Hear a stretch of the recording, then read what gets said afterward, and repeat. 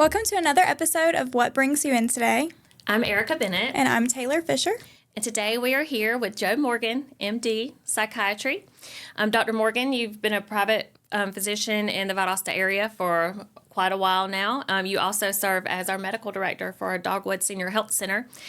So we're excited to talk to you today. So what brings you in today?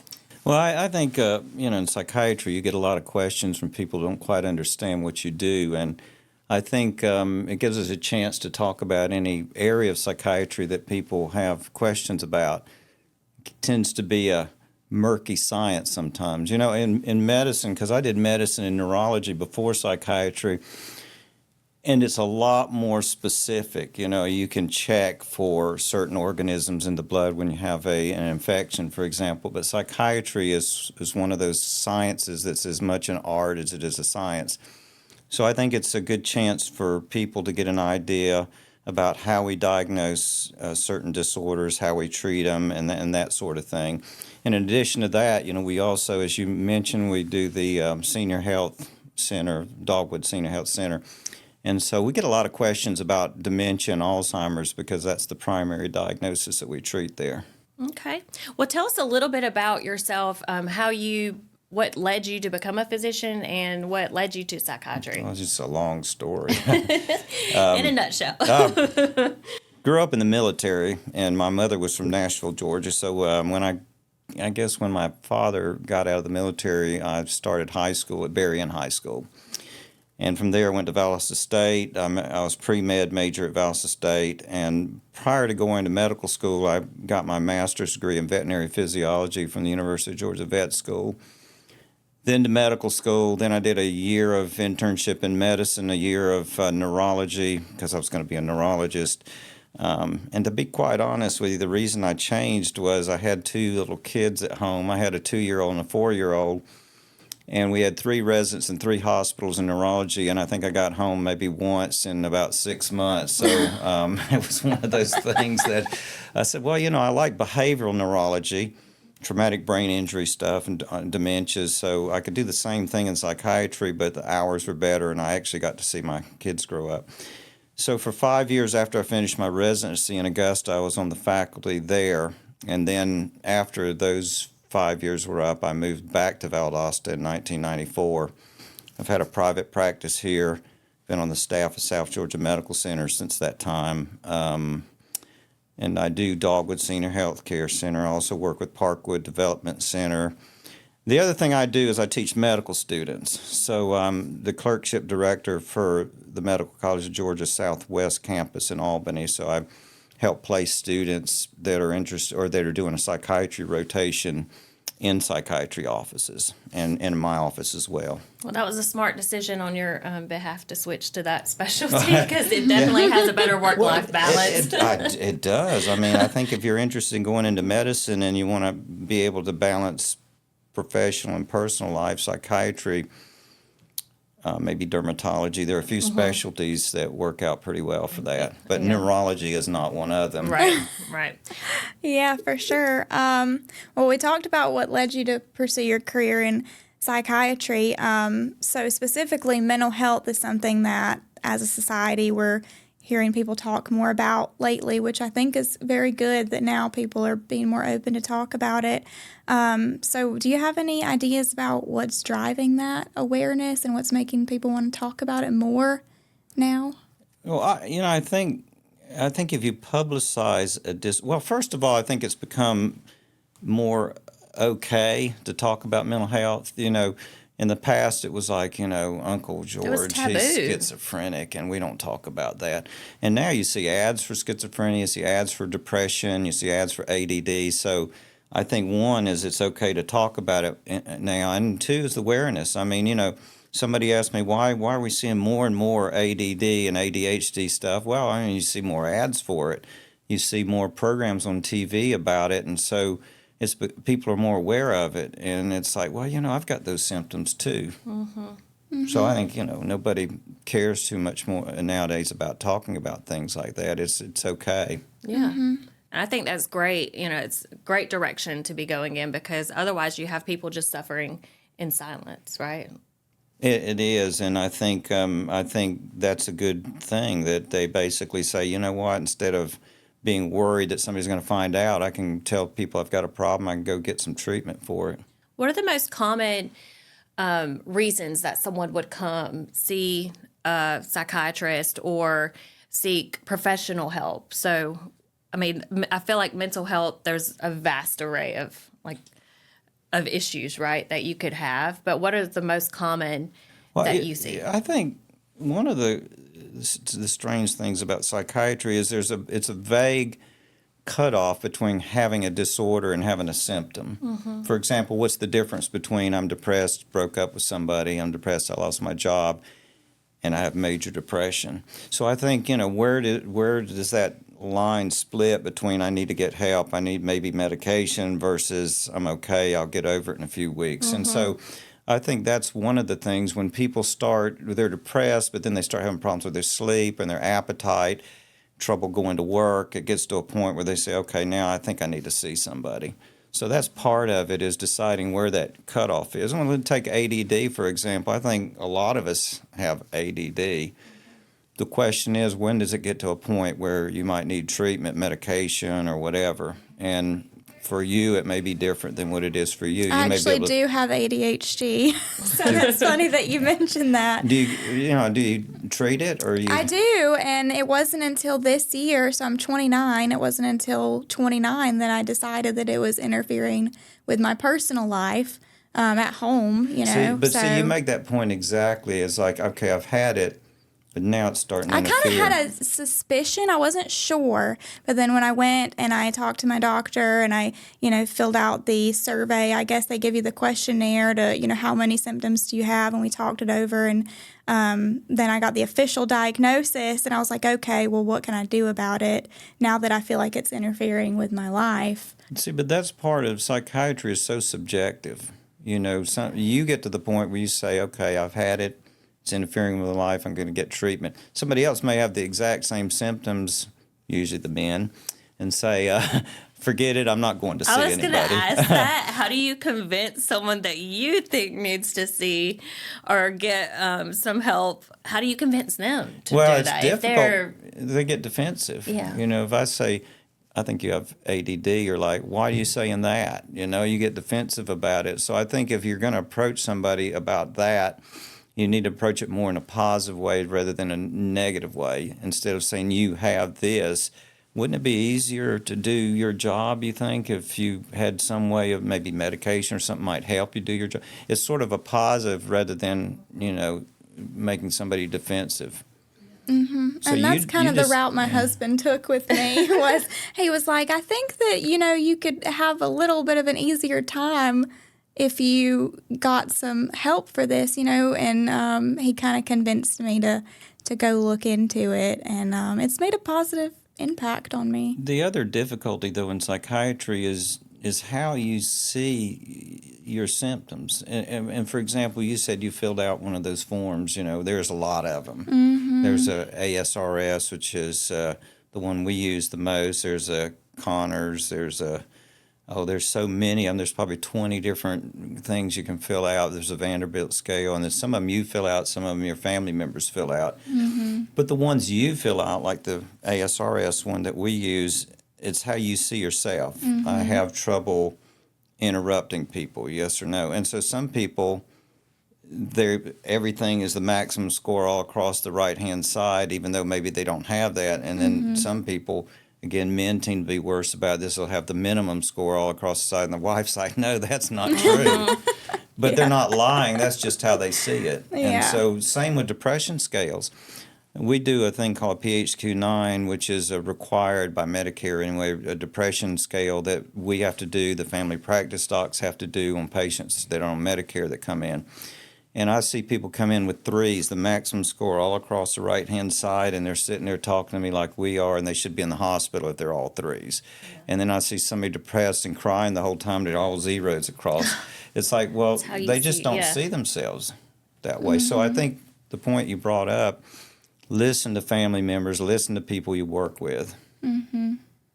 Because they have that subjective view, I guess. Or sometimes what we call poor insight. It's really, really common with people who are bipolar. They're manic. They're just causing all sorts of chaos. They're spending everything, and you ask them, maybe we need some treatment here, and they're like, well, there's nothing wrong with me. And everybody in the whole room can look at them and say, yeah, there's something wrong. Yeah.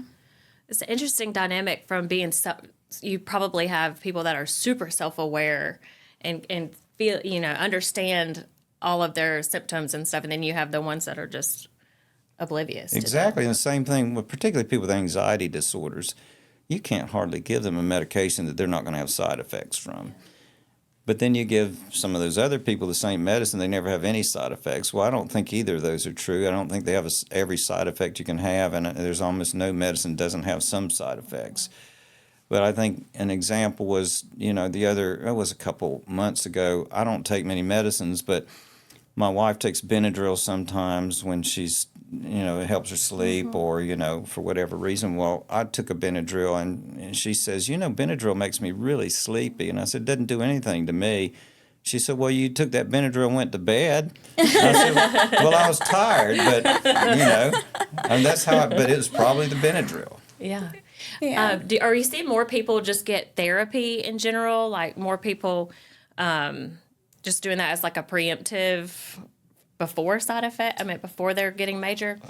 Yeah, I think we always look at things when you're talking about both diagnosis and treatment. We got a thing called the biopsychosocial model. Biologically, medications, do they have any illnesses? Do they have an infection? Psychologically, how did they grow up? Or do they have an abusive childhood? And socially, what's going on in their life, their job, their marriage? You have to look at all three of those areas, both in treatment and diagnosis. If you come to see me for depression and I say, here's your Prozac or Zoloft, see you later, I'm really not doing you a favor. So I think, and studies have borne this out, is that a combination of medication and therapy is probably the best thing for significant depression. For mild depression, sometimes therapy by itself works fine. And there are tons of patients out there that get psychotherapy but never use medications. Yeah. But I think if you get to the point where you need medicine, therapy is probably an important part of the treatment as well. So how does your brain just change over time? Like you don't have depression. I mean, explain a little bit about the chemicals in the brain. I mean, that just fascinates me how someone can be fine and then an event, what happens to your brain to make it, like an event happen and you become depressed? What is going on? Yeah, I think, things happen and people get depressed, but I guess the question you're asking is what trips sometime for it to keep going. Yeah. I'm upset for a week and then everything's fine versus I get worse and worse and worse over time. We used to years ago when I first started practice, you used to divide depression into what they call endogenous depression and exogenous depression. So there were two types. There's the kind that just happened by itself and the kind that something had to trigger it.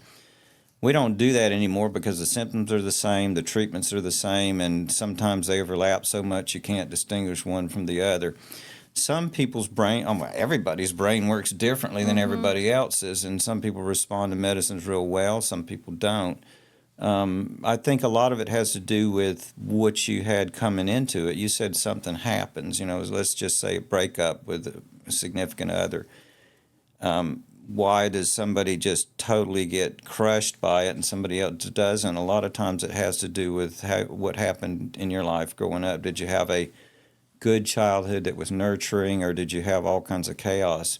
And if you had chaos, then you have this almost fear of abandonment. So when something like that happens, it's devastating versus somebody that's more healthy. They have the normal response and then they're back to normal again.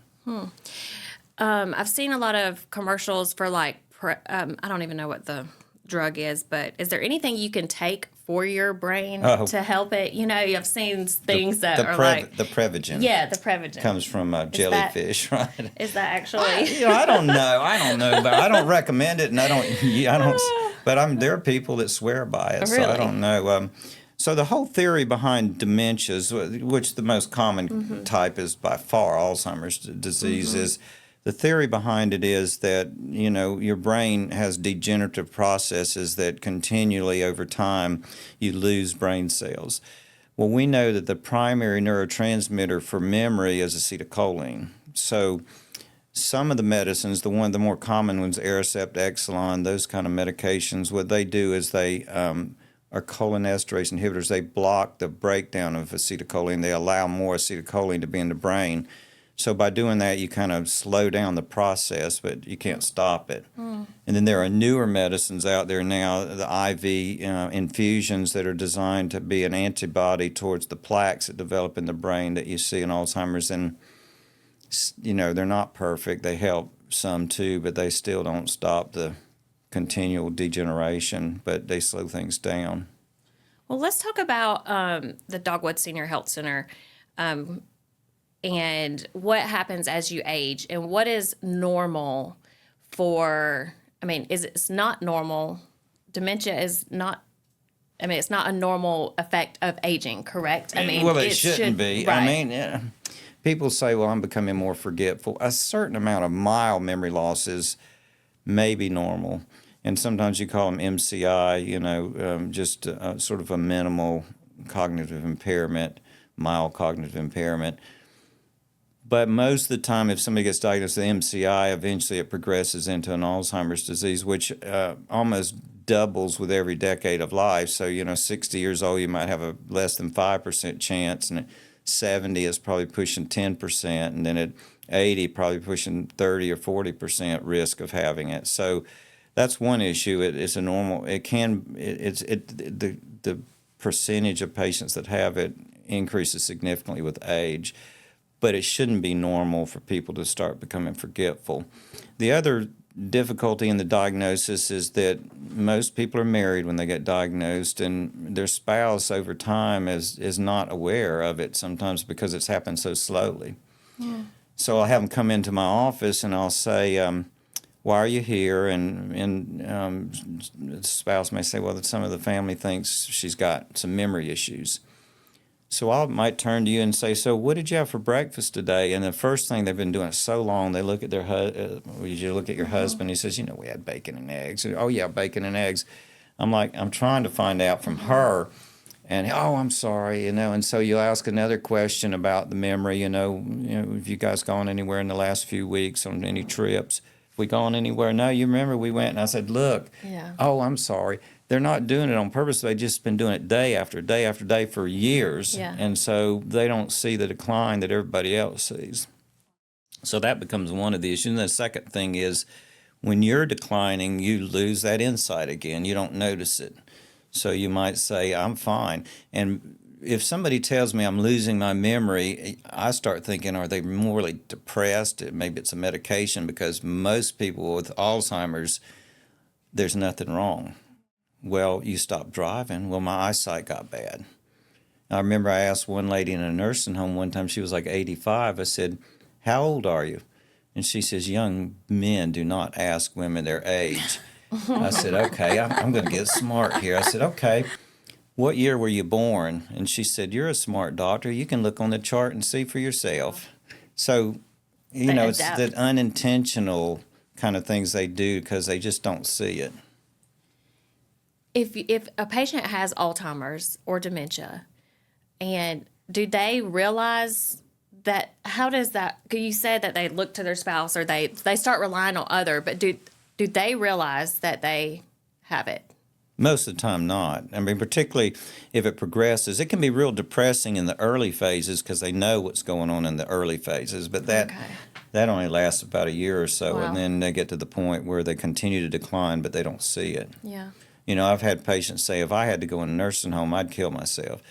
A few years later, they're in a nursing home and they're perfectly happy because they just don't see it. They see it early, but they don't see it later on, which is a good thing, by the way. Right. My grandfather has dementia, and he was he was visiting last weekend, and he would ask, several times, and he'd say, my memory's not what it used to be. He said that multiple times, but I just was curious, like if and I don't think he realizes that, but he still says my memory is not what it used to be, so. Well, in the early going, they can probably know that, and later they probably just repeat the same phrase again. It's a defense, so when I ask you for the third time the same question, you'll understand.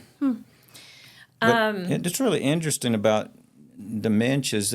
I mean, we're talking about how a lot of psychiatric disorders are more common now, particularly with dementia. And the obvious reason for Alzheimer's is everybody's getting older. Yeah. So it's more common because everybody's getting older. And in the old days, it was rare because people didn't live that long.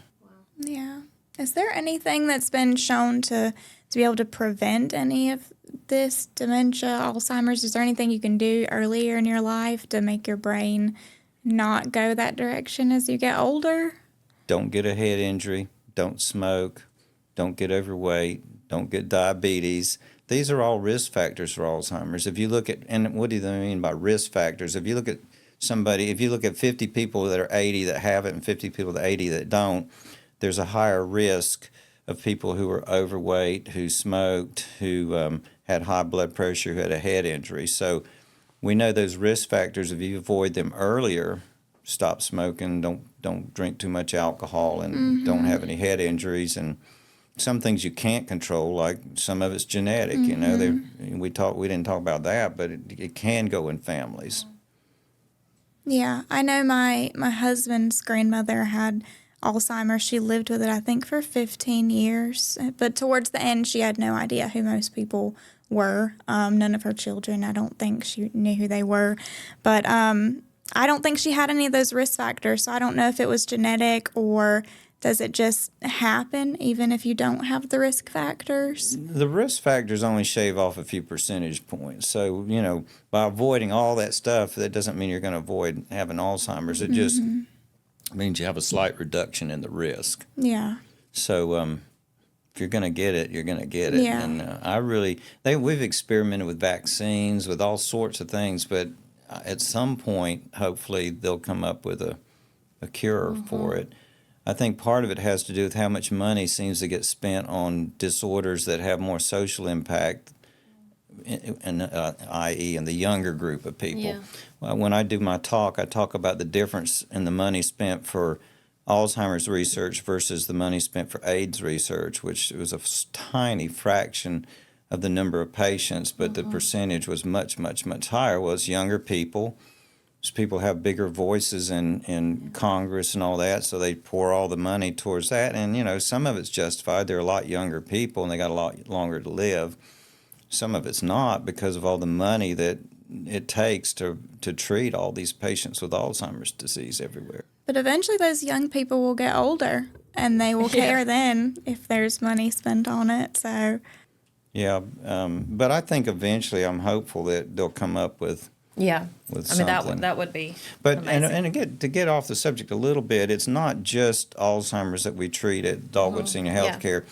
Older folks that have depression and no dementia, we see a lot of that. Some psychosis not related to dementia, sometimes organic brain syndrome psychosis. They get an infection and they start seeing things and hearing things. We see sometimes older folks have substance abuse problems. Even 70 and 80-year-olds still are drinking too much. So we do treat all of them. It's just that the primary patient is a patient with Alzheimer's that has behavioral issues, you know. Because you think about it, if you don't know anybody and that person, say you're still at home, and that person's your caretaker and they're trying to help you take a bath or something and you don't recognize them, you think you're being assaulted by somebody and you start hitting them. Yeah. Well, that's something we need to treat. Yeah. Let's get to, we have some patient submitted, or not patient submitted, but listener submitted questions that we want to touch on real quick. One was, how can I identify mental health issues in my family members? Well, that's a minefield there, because if you start accusing a family member of having a psychiatric issue, you may find you don't get the response you think you're going to get. That's true. That's true. You know, and just because somebody argues with you all the time, or they get angry with you, it's like if you start, well, I think you might have bipolar disorder. They're going to be like, you're the one with bipolar Right. disorder. Well, don't diagnoose them. So, but what would you recognize that? I assume they're talking about clear issues with a family member, and well, or when should you be concerned? What would you see? When should you be concerned a family member is acting in this way and that is not normal? Well, we were just talking about that a few minutes ago, is when it starts to impact your family life or your social life, your job. Patients that if employers or employees are complaining about their behavior at work, that's when something needs to be done. Women are a lot more likely to come in and get treatment than men. That's just the way it does. I've seen some women come in for treatment because the problem's so bad at home with the husband, not with them, but they're like, now they're affected and they're depressed. Yes. So a lot of times sometimes we get the husbands, the real problem, the husband to come in, what I call in the back door. We'll have them go to therapy and they say, have your husband come. Well, he's not coming in. I said, well, have him come in because he needs to explain her behavior at home to the therapist. Right. So when he comes in, yeah, she does this, this, and this, and then we'll say something like, well, when she does that, what do you do? How do you respond to that? And before long, you're engaging him in the treatment rather than her. And I've actually had a couple times where the guy stayed in treatment long after the wife left. Yeah. So sometimes you can ease them in the back door that way. When you know what the real problem is, Yeah. right? That's not a bad idea. So anyway, usually it doesn't work. Go with me works a lot better than you need to go. Right. Yeah. Make So it a team. that would be the best advice. Go with me. Don't you need to go? Yeah, so our next one was, how can one deal with the blues when missing a loved one that's passed on? For example, Mother's Day, birthdays, certain holidays.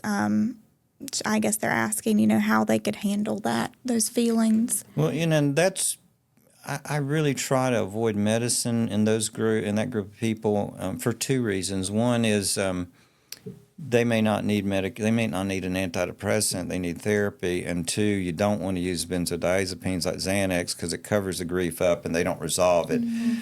The best thing to do by far is they have grief groups, and there are 2 or 3 now around that are available where a lot of my patients go to the grief therapy groups and feel like they get a whole lot out of it. Mm-hmm. So therapy is the number one way to deal with that if it gets to the point where they're just not getting through it. And obviously the other thing you mentioned, anniversary dates, birthdays, those sort of things, they tend to bring up the depression again.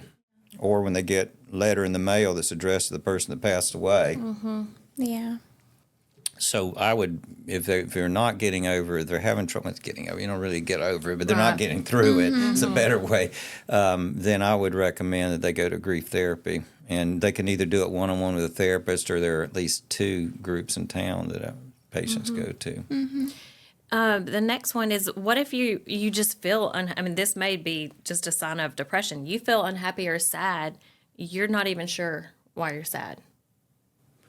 Yeah, it sort of hits on that endogenous depression Don't we have talked a reason about. to be sad, just sad. Sometimes your brain can just go haywire, Yeah. And when I get patients like that, first of all, I want to make sure that it's not something that's unconscious that they saw. Like if somebody was abused, say, by a parent or stepfather or something like that, sometimes they saw somebody walk by that reminded them, and their brain never registered that, but they suddenly had that depression. So sometimes it's like that. Sometimes it can just be something as simple as their thyroid hormone is TSH is not where it should be. So the first thing we do is just do labs to make sure there's nothing physical, a mild infection, a urinary tract infection, a thyroid, hypothyroidism, something like that. So do all of that, and if we can't figure that out, then I think therapy works the best. Okay, Yeah. Again, what kind of changes can you make? Why are you thinking the way you do? It's an interesting thing. All of us here could see something happen, but we all respond to it in a completely different way. Somebody may see something horrible and they say, well, crap happens. And you say, oh my God, Yeah. did you see that? Yeah. And everybody's different. So you see the same thing, everybody sees the same thing, but they respond in completely different ways. When I'm talking to patients, I say it's like the boss calls you in and say, I have to give you your yearly evaluation. You're doing a fantastic job, and you're a little late, so you need to come in on time, but otherwise you're doing great. Then you come in, I say exactly the same thing. So you walk out the door, and one of them over there says, what did the boss tell you?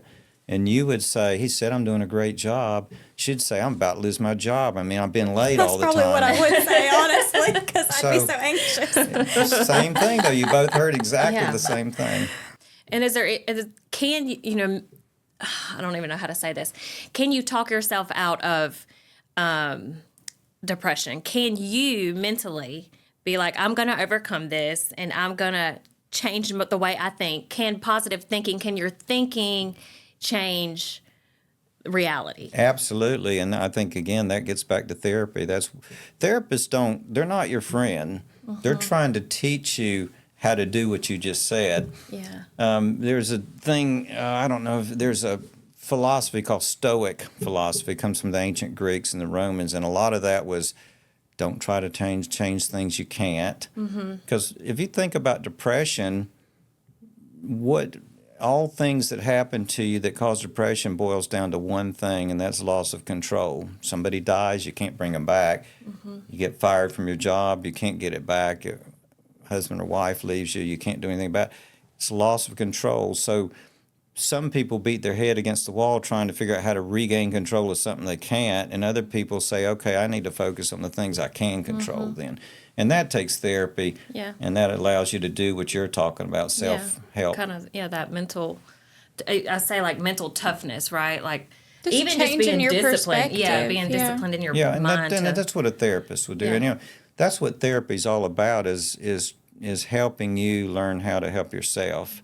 If you go to a therapist to answer your questions, I mean, that's not a therapist. Right. And a good therapist would usually say, well, how do you think you should have handled that situation, rather than let me tell you what you should have done. Well, and it's just not something we're taught. We're not taught how to navigate life like this. I mean, you're not taught therapy in school, right? Man, that wouldn't be a bad course. Right. Though, I mean, maybe we should. Maybe we need to, add that to the curriculum. But it's just interesting. It's very interesting. So, but we do have to wrap it up because we have limited time. We could talk forever. Well, we're having so about much this. fun. I know. We'll have to bring you on again. We will have to bring you on again. But we certainly thank you. Anything else you want to share just last minute before we?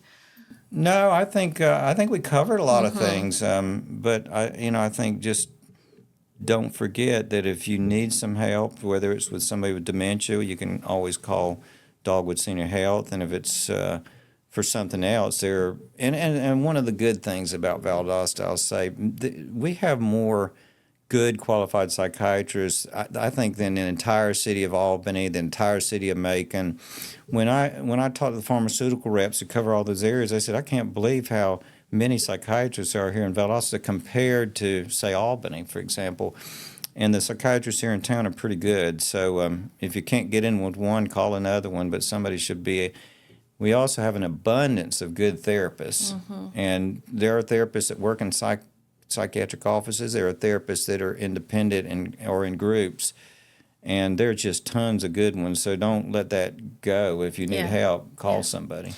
And thank you for what you do, too, in the medical school realm and helping train other physicians, because certainly we need to keep that pipeline going so that we can continue to have access to mental health care. That's sort of selfish. I do that because it keeps me on my toes. That's right. Medical students, I ask you the simplest question that you never really thought of. Somebody asked me, why would you give a dopamine blocker, which is like, say, Abilify or something, to somebody who's depressed, when we try to increase dopamine when they're not? I'm like, let me think about that. Yeah. So they ask you questions that you have to think about, and they expand my knowledge because I go and do the research then. Yep. So teaching students really helps. Yeah. We just became a clinical site for Mercer University School of Medicine. So we'll have 3rd and 4th year students here starting this summer. And then, of course, we have our residency training program in internal medicine and transitional year. But that's kind of one of the benefits, that it up-levels our whole medical staff, because it then requires them to make sure they're at their top of their game. See, in my opinion, a good physician would never balk at teaching students, because by teaching you learn. Yeah. So I think that helps us as much as it helps the students. Keeps your brain sharp. Yep. It does. Keeps you from getting dementia. There you go. All right. Well, thank you, Dr. Morgan. We appreciate you coming on, and we appreciate you serving our community in the way that you do. So. Yes, and thank you for everybody listening and subscribing and leaving us good reviews. And if you have any questions you want to submit, you can do that at sgmc.org/podcast.